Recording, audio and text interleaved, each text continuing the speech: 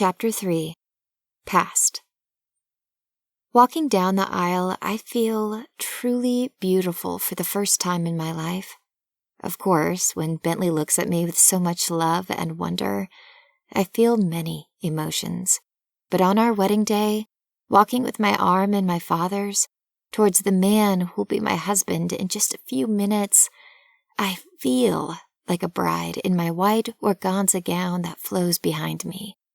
I feel like the most beautiful person in the room. I'm glad we've decided to marry in my father's church. I'm glad I have forever with this man I love and get to share my vows in front of those we love most. Some might say we're too young, but they're wrong. We know who we are, and we know how we feel. Time won't change that for us. Years can pass and we'll still be in the exact same place as we are right now. I now know, beyond a shadow of a doubt, that this is true. We might be young, but we're in love, and we're going to beat the odds. I'm having a hard time letting you go, my father whispers, tears in his eyes, his voice choked. I love you, Daddy. I'm not going far. I'll always be your little girl. I assure the man who loves me so much, the man who has taught me what love means. You found a great man, and while I was hesitant about you marrying so young, I have to admit, I married your mother at age 20 and we've had a solid 30 years together, so young love most certainly can last a lifetime. My dad says, I hope to have half as good a marriage as you and Mom. Darling, you'll have an eternity together because you're being joined in the eyes of God and family, and you truly are a diamond in a sea of gold. I laugh. I thought diamonds are bad, Daddy. He smiles down at me. Not true diamonds, not the ones made to last, he assures me. And you are that rare. I'm glad Bentley's wise enough to see who you are and is unwilling to give you up. We reach the front of the aisle where my best friend and a blur of others stand alongside Bentley. I have eyes for only one person, though. Bentley reverently steps down from the stage and looks my father in the eyes. Thank you for your trust, sir. I promise to take good care of her for the rest of my life. Bentley says, with his shoulders back and love and determination in his gaze. My father clears his throat. I have no doubt you'll keep that promise, son. I'm proud to have you as a member of my family, as a son I didn't realize I wanted until you came along. We're all emotional as my father places my hand in Bentley's, sealing his approval of our union. It means the world to me. I don't know if I could marry anyone without my dad's blessing. Bentley and I turn toward the stage as my father walks forward, switching gears from father to preacher as he takes his place in front of the altar, holding the family Bible. The ceremony begins. Dearly beloved, we are gathered here. The night is a blur as we're pronounced man and wife. Wife. What a strange word to think about when it applies to me. I'm a wife now, just as my mother has been a wife for the past 30 years. I'm Bentley's wife. He is my husband. We're only 18 and we're man and wife. It doesn't seem real, but it seems right.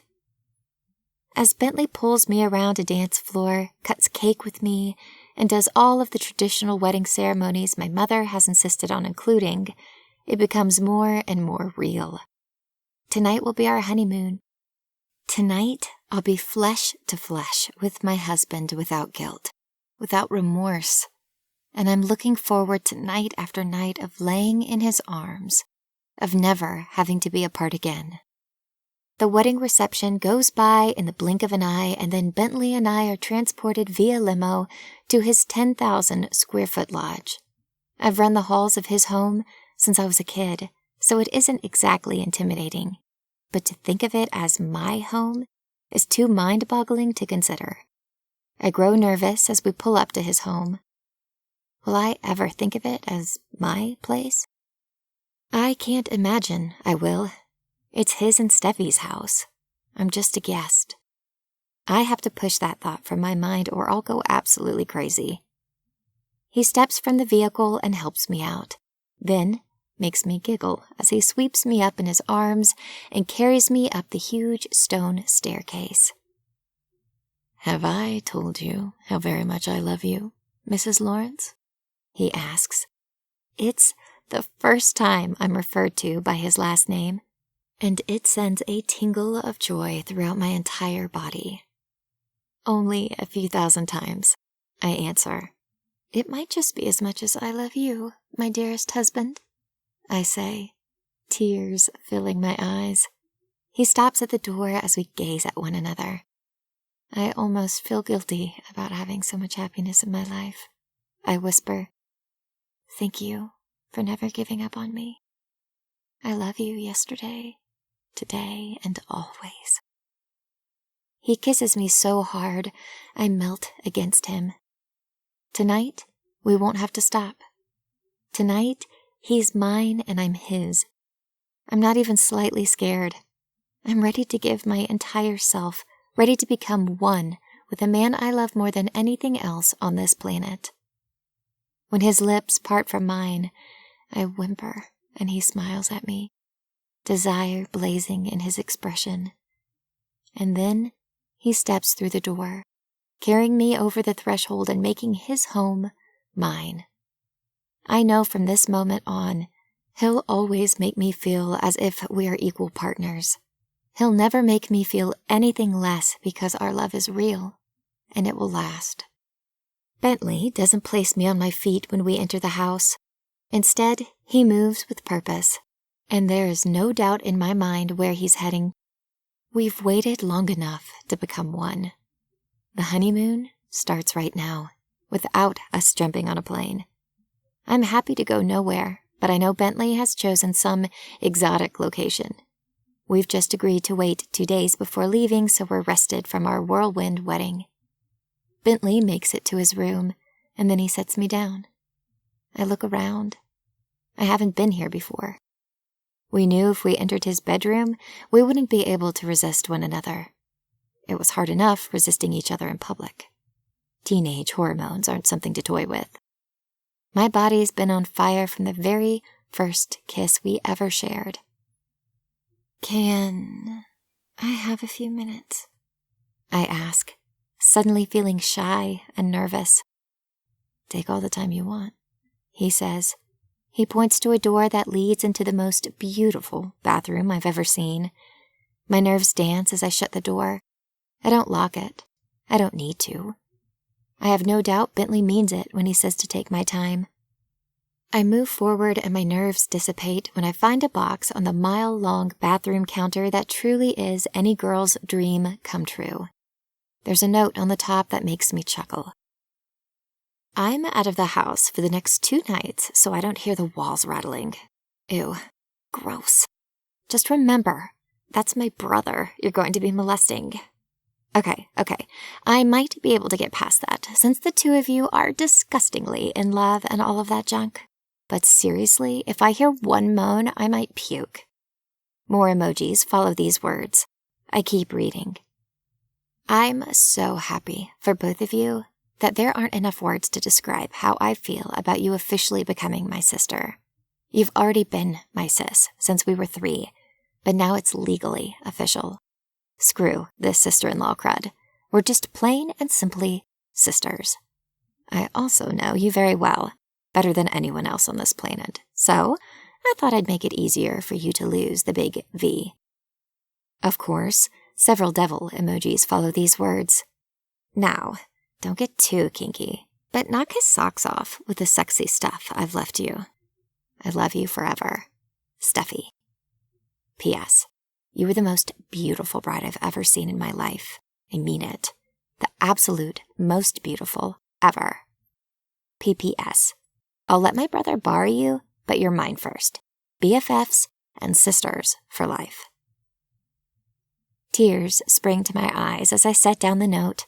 I truly am the luckiest girl in the world. I have everything I've ever wanted and so much more. It doesn't get better than this.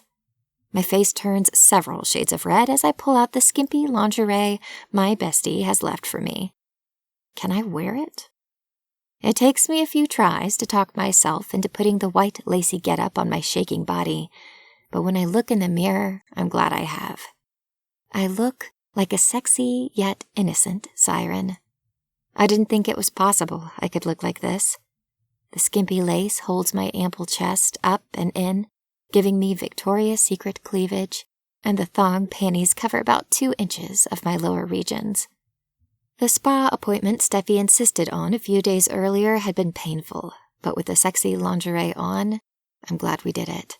The outfit wouldn't be quite so sexy with dark hairs springing out of the delicate lace. That thought makes me giggle again. I turn in the mirror and look at my body from all directions. I don't think Bentley will have any complaints. There's a tiny, itty-bitty part of me that's self-conscious, but I push that voice aside. Bentley loves me, and I love him. And just as I find him the sexiest human on the planet, I know he feels the same about me. I don't understand why, but I know that's how he feels. I finally step from the bathroom.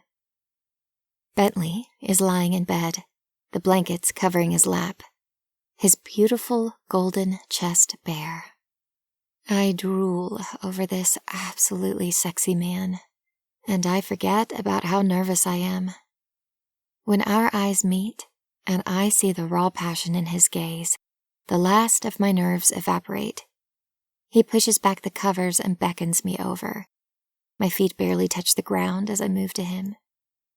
"You get to go shopping with my sis anytime," he says, as he traces a finger along my side and circles around my bare stomach, which causes me to quiver. I'm scared and turned on at the same time.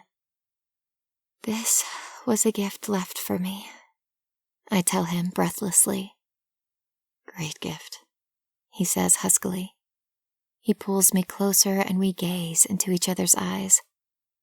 "I want you to enjoy this. I don't want you to be scared." His words free up the remainder of my fear. I love you, Bentley. I love you more than anything in this world. I'm not scared anymore. His smile is all the confirmation I need to know this night is about us and only us, and it will be that way for the rest of our lives. He bends down and finally takes my lips with his. I sigh against him as we make love for the first time. And then we become one. We fumble and pant. We laugh and shake. I wince at the shock of him entering me for the first time. And maybe it isn't perfect, but in my mind it's absolutely beautiful, because we had just become husband and wife in front of our friends, and now we are becoming one while all alone. We fall asleep that night in each other's arms with smiles on our faces, and I know life will only get better from this moment on. How truly wrong I was.